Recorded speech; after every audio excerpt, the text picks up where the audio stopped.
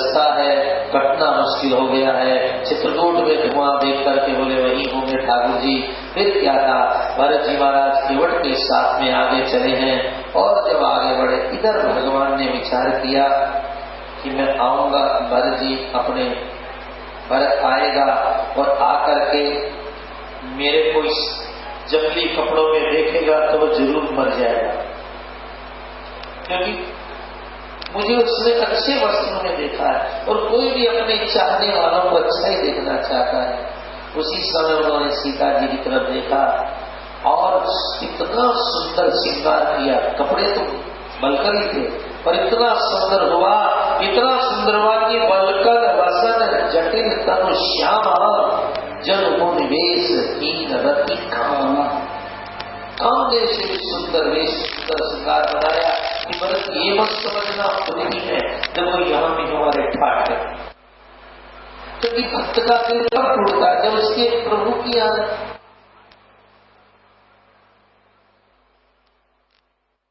आज हमारे ठाकुर जी ने इतना सोना रूप बनाया, इतना सुंदर था।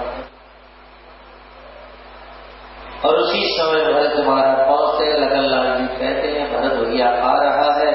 बस उठे राम सुनी प्रेम अधीरा,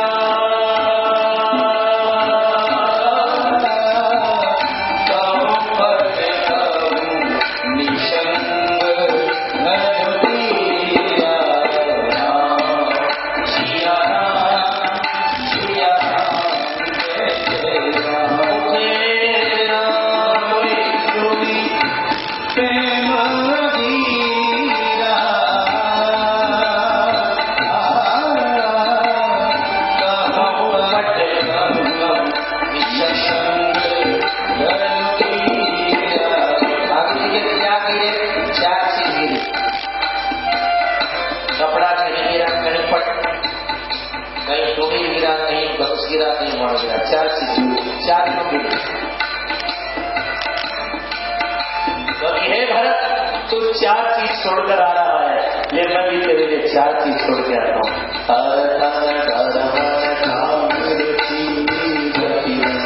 इसलिए ठाकुर जी ने ये चार छोड़ी, कहूँ पट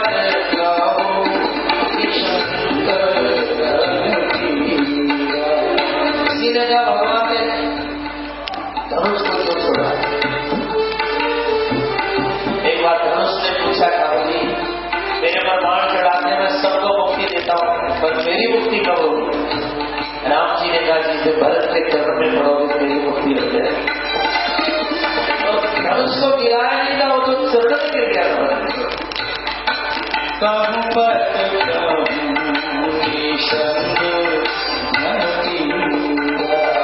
राम जी अस्त्र शस्त्र छोड़कर आए, मतलब विचार किया भरत संत और संत के साथ में अस्त्र शस्त्रों का काम प्रेम था, इसलिए अस्त्र शस्त्र सब छोड़कर प्रेम लेंगे।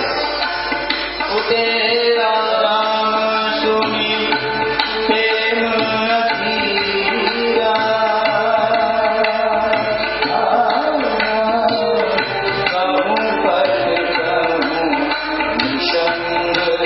भगवान का कपड़ा इसलिए गिरा क्योंकि राम जी जब गले मिलेंगे भरत जी के तो यशोदा ठीक नहीं होना भक्त भगवान के बीच में, इसलिए कपड़ा गिर गया।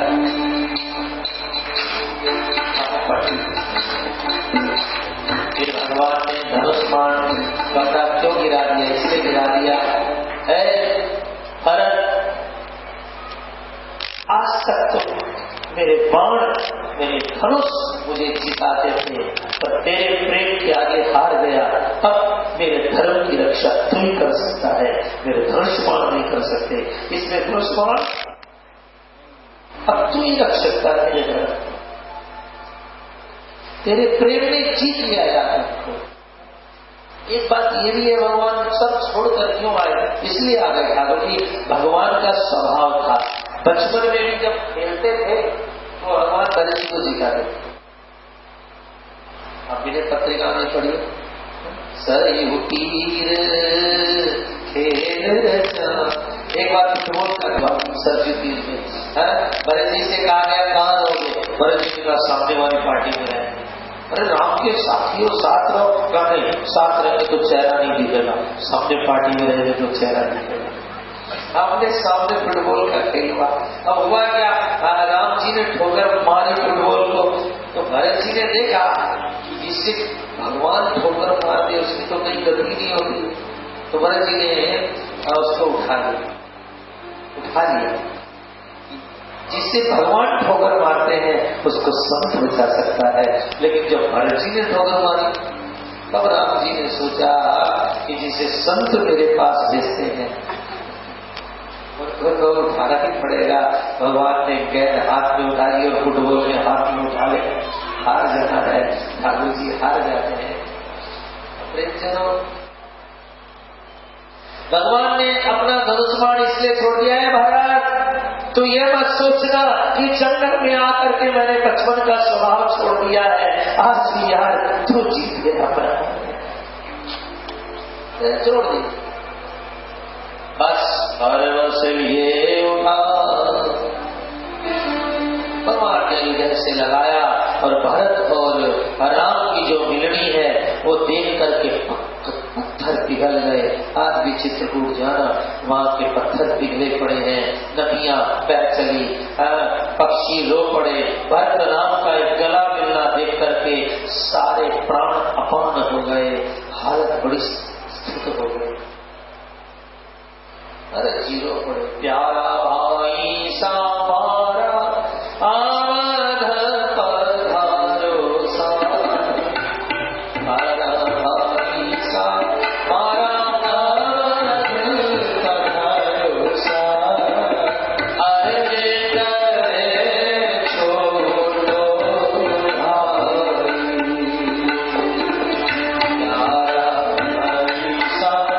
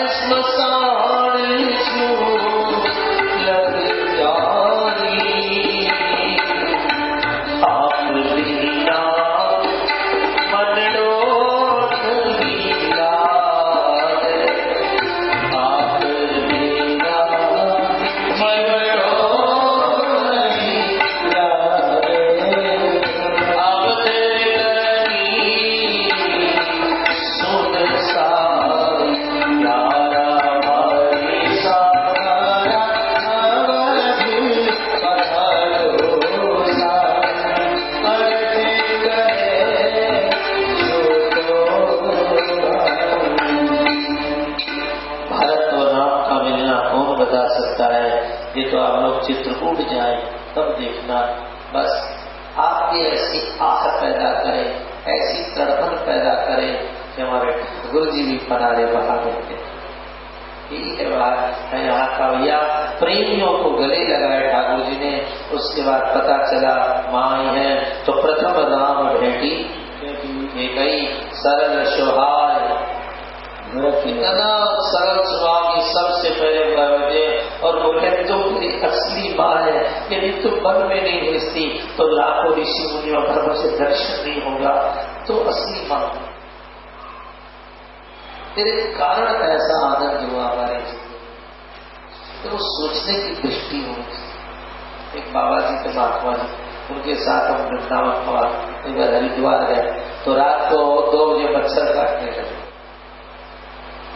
2 बजे तो बाबा जी उठ गए, उठाए और वो मच्छरों को मार रहे थे, बोल रहे थे हे भगवान, पता नहीं भगवान ने मछली भी क्यों बनाए, बुद्धि खराब होगी भगवान की। जो देखो तो रात को 2 बजे मच्छर खा रहे हैं, ऐसा बाबा जी चिल्ला रहे थे जोर जोर से।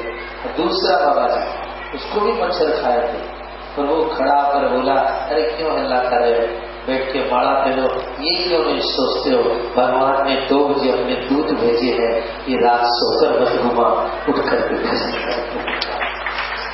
आपको कोई मच्छर रात को नींद खुल जाए तो माड़ा जरूर फेरना। ठाकुर जी ने दूध भेजा।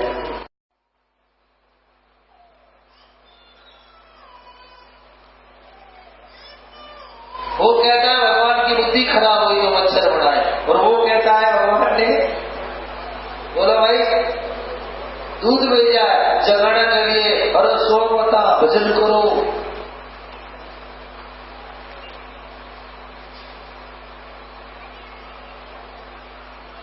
उसके बाद में भरत जी महाराज सबसे मिले, गुरु को मिले। गुरु ने बताया पिता का, फिर महाराज मौन हो गए। जैसा गुरु ने बताया वैसा श्राद्ध आदि काम करते हैं, और करने के बाद में भगवान श्री राघवेंद्र सरकार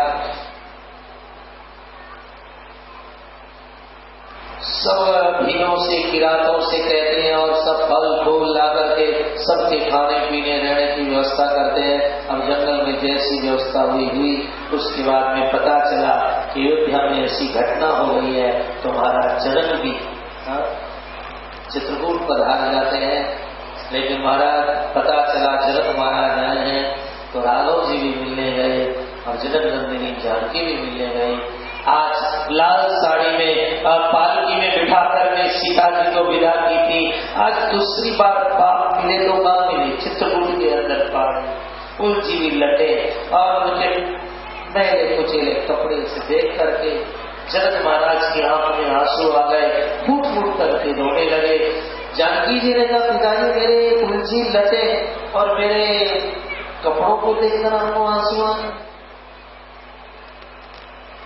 ना बेटी ना, क्यों रो रहे हो? जब महाराज का कौन जवाब दे सकता है? उन्होंने कहा बेटी इसलिए आंसू नहीं आ रहे कि तेरी लटें उलझ गई है, इसलिए नहीं कि तेरे कपड़े पहने हैं बेटी, मेरे तो इसलिए आंसू आ रहे हैं कि पुत्री पानी तर ये फूल बेटी तूने तो दोनों फूल को तार दिया। विपत्ति में भी राम का साथ न छोड़ करके आज बाप का नाम तूने ऊंचा कर दिया। बेटा डूबे तो एक बार डूबे, तो बेटे डूबे तो दोनों बार। पुत्री पानी तर किए कुल को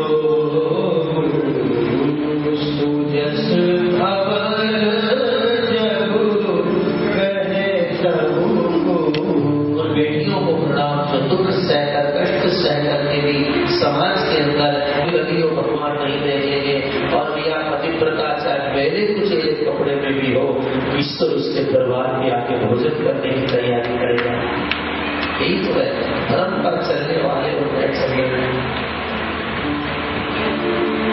अब आइए जो सार है भरत चरित्र जरा सा ध्यान देना। कौशल्या जी जनक महाराज जी से मिली,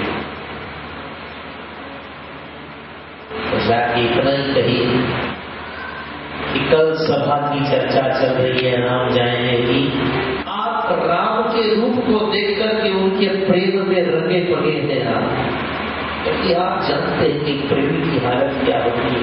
मुझे राम का बिल्कुल सोच नहीं है, मुझे सोच भरत का है। आप बस इतना करना, सभा जब बैठे तो भरत की तरफ बैठना और राम की तरफ। क्यों? क्योंकि मोहब्बत करने वाले जानता है करते हुए क्या होता है। भरत का हृदय भरत की, राम की मुझे बिल्कुल परवाह नहीं, पर भरत जी की मुझे बहुत परवाह है। बस इतनी प्रार्थना है आप भरत की तरफ, क्योंकि प्रेमी प्रेमी के दिल की बात कर सकते। निर्णय हुआ। लेकिन देखो एक बात का ध्यान देना, पूरी रामायण में कहीं भी भरत जी ने कहा नहीं कहा कि राम जी क्या चलोगा, जिद नहीं किया, बिल्कुल नहीं।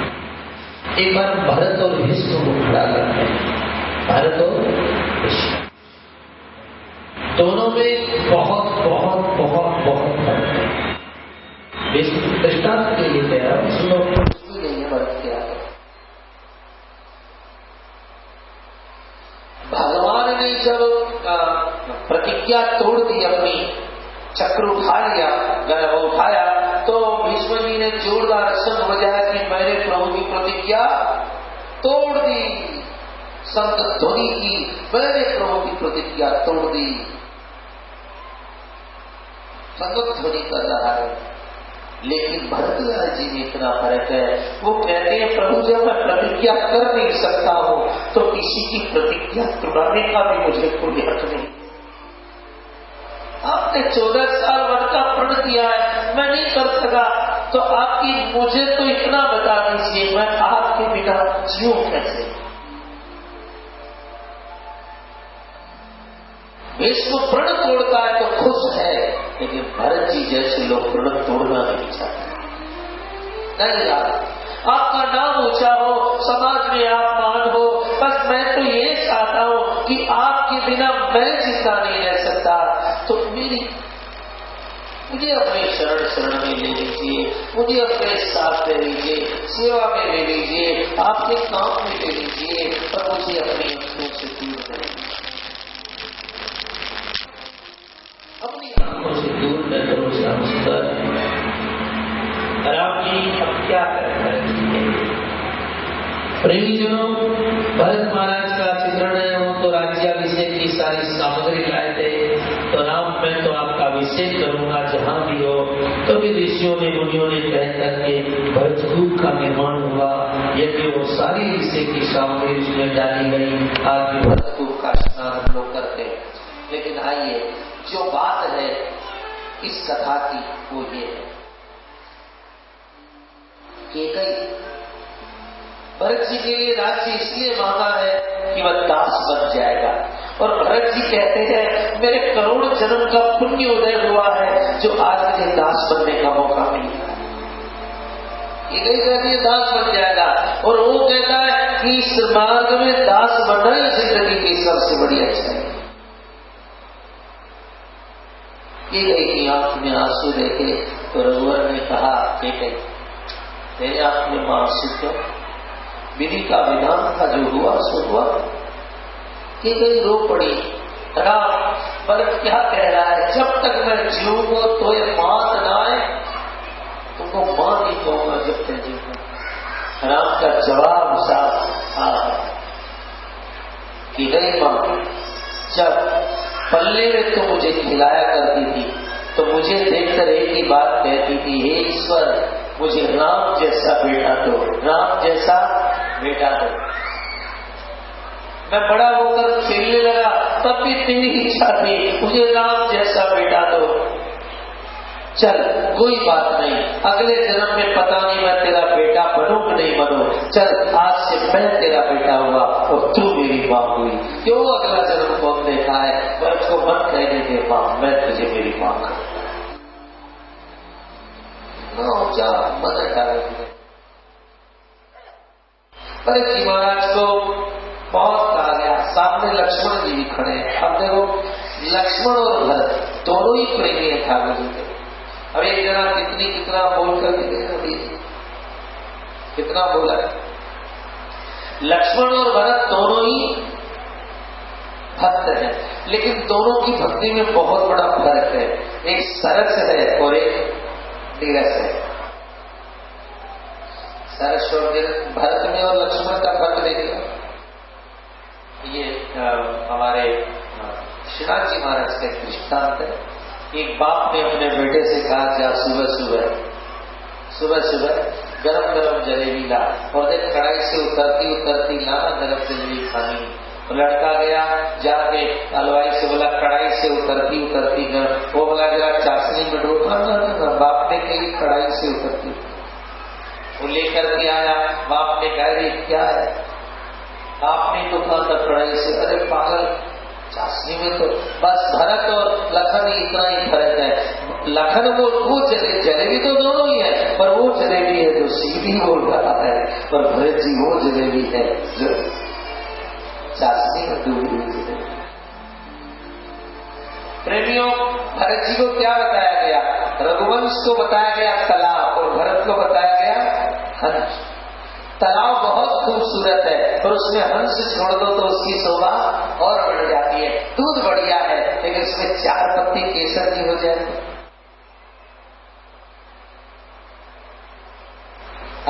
भरत हंस रविवंश तड़ागा, तालाब की सुंदरता बढ़ जाती है जब हंस आते हैं, और भैया केसर दूध की शोभा बढ़ जाती है। इसी तरह भरत महाराज से रघुकुल की शोभा बढ़ जाती है। ये भी एक छटा है श्री रघुनाथ जी की। कई दिन समय चली, अंत में निर्णय नहीं हो पाया। भरत जी कहते बस मुझे जीने का सहारा मिलना चाहिए। अंत में ठाकुर जी ने भरत जी का मन देख करके कि ये बिना सहारे तो जाने वाला है नहीं, जितने ही भरत जी की कही है। तो प्रभु करी कृपा पावरी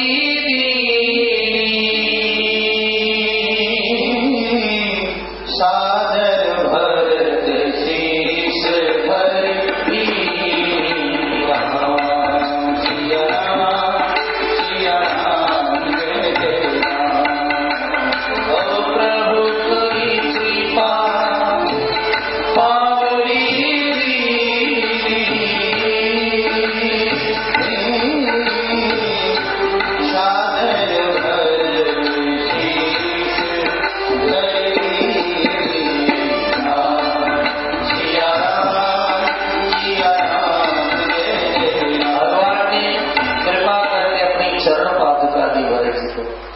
धर और भरत जी देखते ही चरण पादुका खुश हो गए कि हमको तो निधि मिल गई। क्यों ले गए?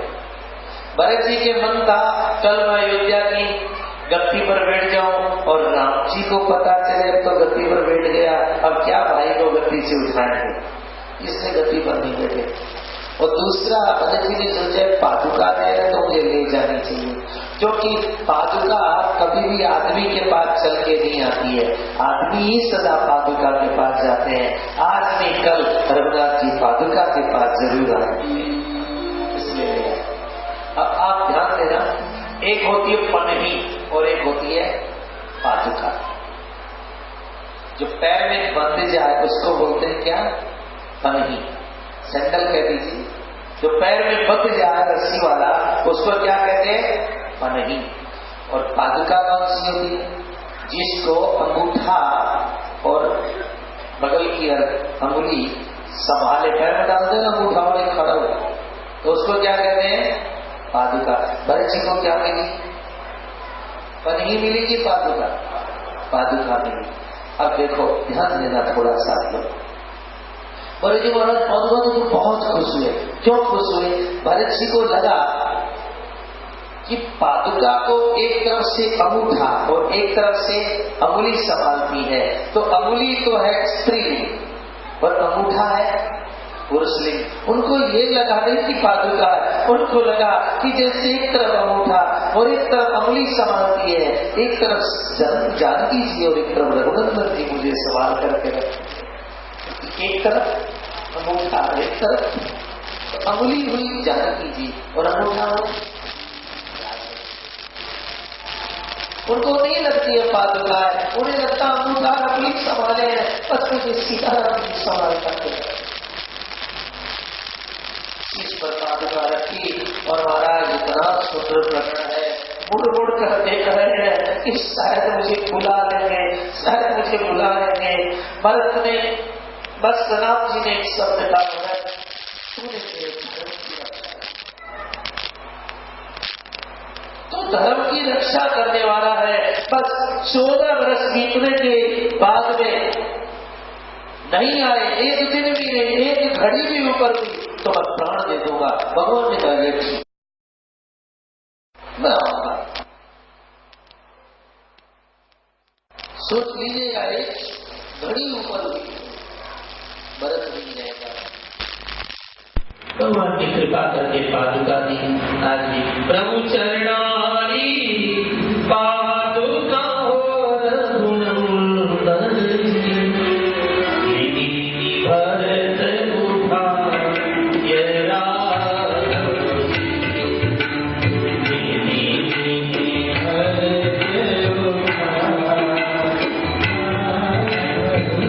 बड़ा आनंद आया। प्रभु की चरण पादुका उठाई, चरण से गाय को संभाल करके राज्याभिषेक करा के फिर जाइएगा। फिर आए तब साथी और फिर अयोध्या आ गए और अयोध्या आकर के भरत महाराज ने सबसे पहला काम किया कि सिंहासन प्रभु बालुका बैठा राम कथा विश्व में सबसे बड़ी क्यों? याद रखिएगा, पूरे विश्व के इतिहास में 2 ही झगड़े आज तक इतिहास में हुए, या तो गद्दी का झगड़ा या संपत्ति का झगड़ा। केवल आज तक दुनिया बनी तब से लेकर आज तक राम राज्य एक ऐसा है जहाँ पर न गद्दी का झगड़ा था, न संपत्ति का झगड़ा था, वह विपत्ति का झगड़ा था। भैया मैं चला जाऊं, सीता लेती मैं चला जाऊं, लक्ष्मण कहता मैं चला जाऊं, है कोई ऐसा गाँव जहाँ विपत्ति का झगड़ा हो? स्वर्ग से भी 100 गुना ज्यादा संपदा इस राज्य में थी, उस गद्दी पर बैठने के लिए कोई तैयार नहीं। और अब गद्दी के लिए कितने खून हो रहे,